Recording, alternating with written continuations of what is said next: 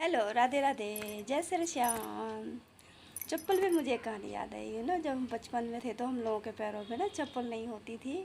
School वगैरह पढ़ने जाते थे तो अरहर की खूंटी नहीं होती थी, वो पैरों में चुभ जाती थी, खून निकलने लगता था पैरों में से।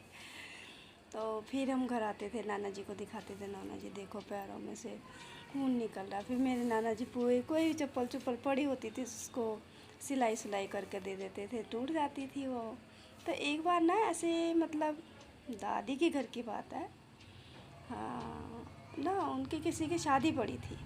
तो शादी पड़ी तो गांव में तो ऐसे बच्चे ऐसे नंगे पैर घूमते रहते। अब शादी ब्याह में चप्पल पहन के भाई बारात पहुंचाने जाना है। तो किसी अपनों की मैंने चप्पल पहन ली, उनके बच्चे की।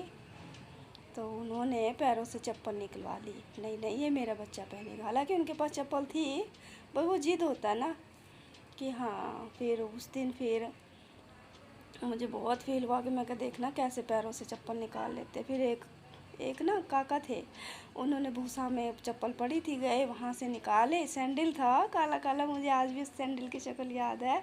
ऐसे ही रहा होगा, ऐसे ही था। फिर उन्होंने क्या किया, उस चप्पल को सुआ होता गांव में ना जिसे बोरी सिलते, उससे सिला चप्पल को। फिर मुझे पहनाया, फिर मैं गई बारात पहुंचाने।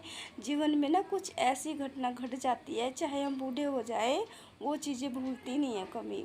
तो जब मैं चप्पलों को देखती हूँ ना तो मुझे बहुत याद आता है। एक बार बचपन में मेरी मम्मी ने फरीदाबाद से चप्पल भेजा था हमें गाँव में।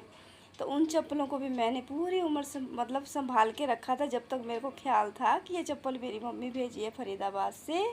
हालांकि जब फरीदाबाद हम चले आए तब तो कहाँ चलती, टूट फूट गई थी।